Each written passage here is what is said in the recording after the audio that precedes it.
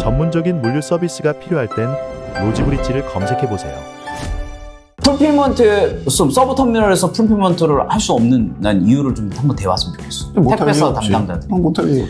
택배사 담당자들의 그만큼 연구가 난 없다라고 보는 첫 번째로.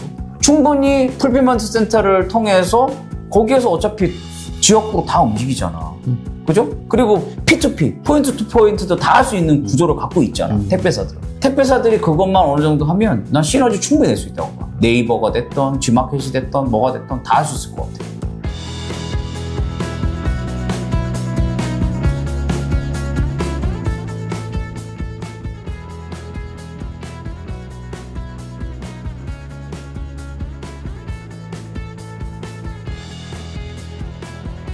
쿠팡이 성장을 함으로써 사실 사람들이 뭔가를 해야겠다. 주변 플랫폼들이 나도 쟤네가 저렇게 하는데 언제까지 내가 손 놓고 그냥 기다릴 수 없다라고 해서 어떤 면에 좀 동력을 주긴 했어요. 쿠팡이라는 이 산업 플랫폼이. 근데 사실은 그 쿠팡이 좀 안타까운 부분 중에 나는 하나는 저는 사실 쿠팡 매니아예요. 네이버에서 시키는 것보다 사실 쿠팡이 시키는 게 더 많긴 한데 좀 안타까운 건 그거지. 아까 지금 말씀하신 것처럼 플레이어가 플레이어들끼리의 먹이 싸움에서의 승리하는 건 좋아. 근데 그 뭔가의 생태계, 생태계에서 만약에 내가 개구리야. 개구리면 내가 뭔가를 먹으면서 개구리가 성장하고 알을 낳고 올챙이를 만들고 막 이렇게 해야 되잖아. 근데 내가 바라보는 쿠팡의 산업의 이 방향성은 올챙이 그 알까지 쿠팡이 다 독점을 해버리는 거야. 그러니까 생태계 시장에 생태계라는 단어를 없애버리는 거야. 쿠팡 공화국을 만들어서 너 알 5개 만나 올챙이한테. 너 알 5개 이상 나면 넌 안 돼. 이러한 모습으로 보여주고 있는 게 사실은 제가 바라보는 그 시장이에요. 왜냐면 저는 이커머스 회사도 운영을 하기 때문에 제가 쿠팡도 판매를 해봤고 네이버도 해봤고 다 해봤지만 저희 화조사들 경쟁사들도 말을 들어보면 처음에는 이제 너무 좋다 이거지. 이렇게 매출도 올려주고 하다가 어느 순간부터 그게 하나의 이 자극적인 힘으로 들어오는 거예요. 이 좌지우지로 회사를. 그러니까 난 그런 건 사실 조금 그래서 솔직히 전 겁나요. 쿠팡이 여기서 이제 로켓 배송으로 해서 전국을 더 하잖아. 그러면 좋지. 전국에 있는 국민들이 좋은 거죠. 다음날 다 받을 수 있으니까 사람들은. 근데 그걸로 인한 쿠팡과 같은 이제 지금 경쟁을 하고 있는 택배사들 그리고 그 택배사에서 지금 이 수익성을 내고 있는 기사들님들이 있잖아요.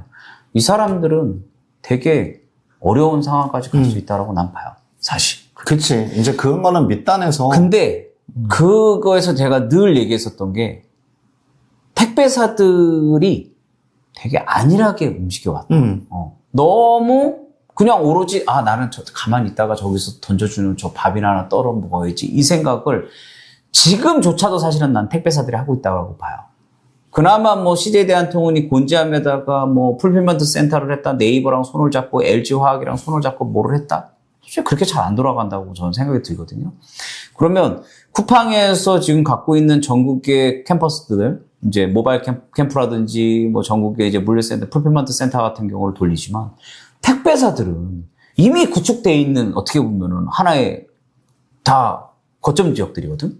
그럼 걔들이 충분히 그걸 따라갈 수가 있는데 그때도 누가 한번 댓글을 달아서 야 택배사에서 어떻게 서브 터미널에서 풀필먼트를 하니라고 얘기하지 서브 터미널에서 풀필먼트를 할 수 없는 난 이유를 좀 한번 대봤으면 좋겠어. 택배사 담당자들이. 못하지. 택배사 담당자들의 그만큼 연구가 난 없다라고 보거든요. 첫 번째로. 충분히 풀필먼트 센터를 통해서 거기에서 어차피 지역구로 다 움직이잖아. 그죠? 그리고 P2P, 포인트 투 포인트도 다 할 수 있는 구조를 갖고 있잖아. 택배사들은. 나는 택배사들이 그것만 어느 정도 하면 난 시너지 충분히 낼 수 있다고 봐. 네이버가 됐던, G마켓이 됐던, 뭐가 됐던 다 할 수 있을 것 같아. 그치. 그래서 생태계를 가만히 냅둬야 된다는 게 그런 것들이에요. 그거잖아. 한때 전 세계 글로벌 시장의 승용차 시장을 독점하던 거는 거의 독일 3사들이 대부분 독점을 했잖아요. 근데 이게 어느 시점 걔네들이 거의 독점하고 전 세계에서 거의 다 먹을 것처럼 생각을 하고 사람들의 이렇게 차량의 선호도도 이렇게 높았던 게 어느 시점 냅두니까 이 플레이어 밑에 있던 현기차를 비하하는 건 아니지만 현대기아차 같은 기업들도 올라오게 되고 뭐 중간 정도 하던 일본의 도요타라든지 이런 기업들도 성장하게 그렇죠. 되고 계속적으로 그 선행주자들 독일 3사의 이런 플레이어들을 따라가기 위해서 뭔가 연구하고 개발하고 노력하고 해갖고 점점 평균화되고 평준화되는 상황들이 만들어지잖아요. 그거는 가만히 두면 거기에 활동하고 있는 플레이어들이 노력하고 고민해갖고 쫓아가잖아요. 그렇지. 이게 독점이라 그래갖고 편향되게 한쪽으로만 매출이 쏠리지 않아요, 절대.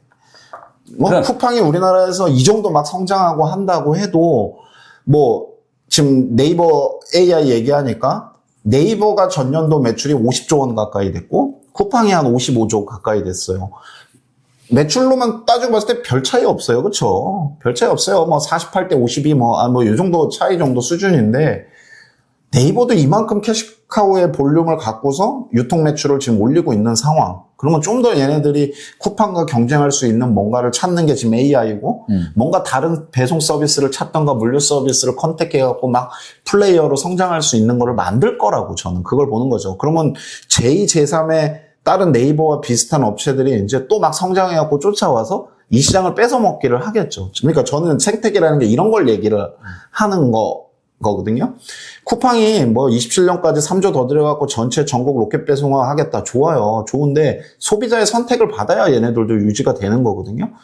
천년만년 지속적으로 소비자 선택을 받을 거란 내용은 없기 때문에. 나는 내가 네이버에서 이 방송을 볼지 모르겠는데, 나를 전략 모로 좀 데려갔으면 좋겠어. 왜냐하면, 제가 온라인 쇼핑몰을 이제 제가 해보니까, 하니까, 난 참 그게 안타까운 것 중에 그거야. 택배사를 이용해 먹을 수가 있는데, 그냥 싸게. 그냥 오로지 그냥 그거 그냥 조금이라도 깎아가지고, 네이버가 됐던 뭐 지마켓이 됐던, 말 그대로 쿠팡하고 견뎌야 돼, 얘를 또. 쿠팡의 물동량을 따라가야 돼. 우리 네이버 소비층들을 쿠팡으로 유입시키는 거를 어떻게든지 막아야 돼. 그러면 네이버의 서비스를 만들어줘야 돼. 그죠? 쿠팡에서 지금 뭐 새벽 배송했던 당일 배송했던 총알 배송했던 다 하잖아. 그럼 네이버에서 말 그대로 네이버는 개미군단들이 들어와서 판매를 하는 시스템이고, 쿠팡은 자체적인 운영 라인이 지금 많잖아요. 맞아요. 그러면 나 같으면 네이버나 G마켓이나 이런 데서 지들이 가져가는 수수료 있잖아. 수수료를 택배 쪽 파트에다가 어쨌든 간에 물류비 라인으로 올려주는 거야. 딜리버리 쪽 파트에다가. 그럼 그걸 투자를 해줘. 그쪽에. 조금이라도 보존을 하는 거지. 그래서 택배사가 24시간을 돌던 뭐가 됐던 뭐 어떤 방향으로 돌릴 수 있게끔 그거를 거기다가 포커스를 맞춰서 해줬으면 이거 굳이 AI 이거 뭐 알리가 됐던 테무가 됐던 그거 뭐 사실 내가 관심사 내가 한 번만 검색하면 그거에 대해서 계속 알려주잖아요. 맞아요. 뭐 그거랑 뭔 차이가 있어 이게. 맞아요.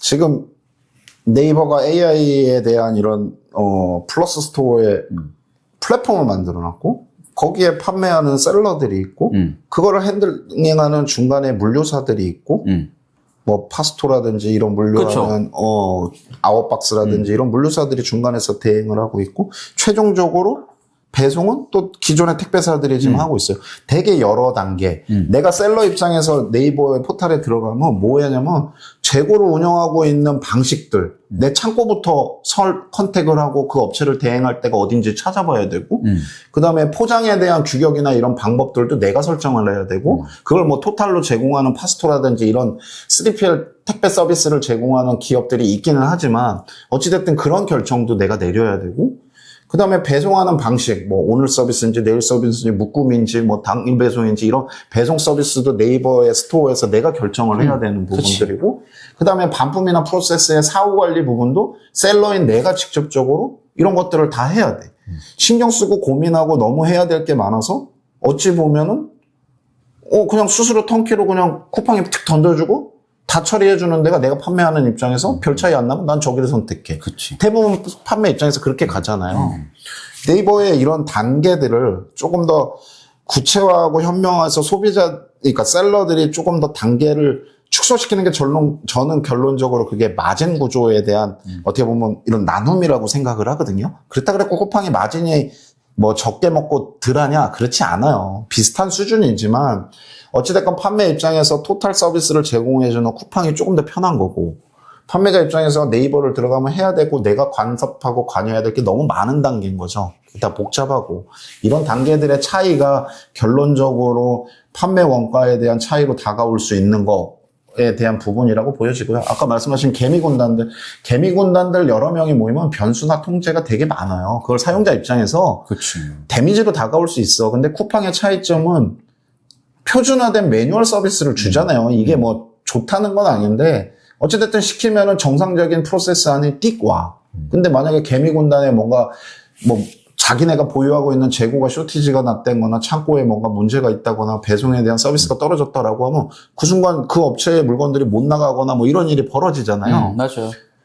과연 동일한 서비스의 소비자를 줄 수 있느냐라는 것도 한번 뭐 차이가 있어서 과연 네이버가 이런 서비스를 출시한 거에 대해서 더 성장할 수 있을까라는 고민은 분명히 들어요. 지금은 이제 물론 뭐 예전에는 이제 가격적 경쟁도 많았었는데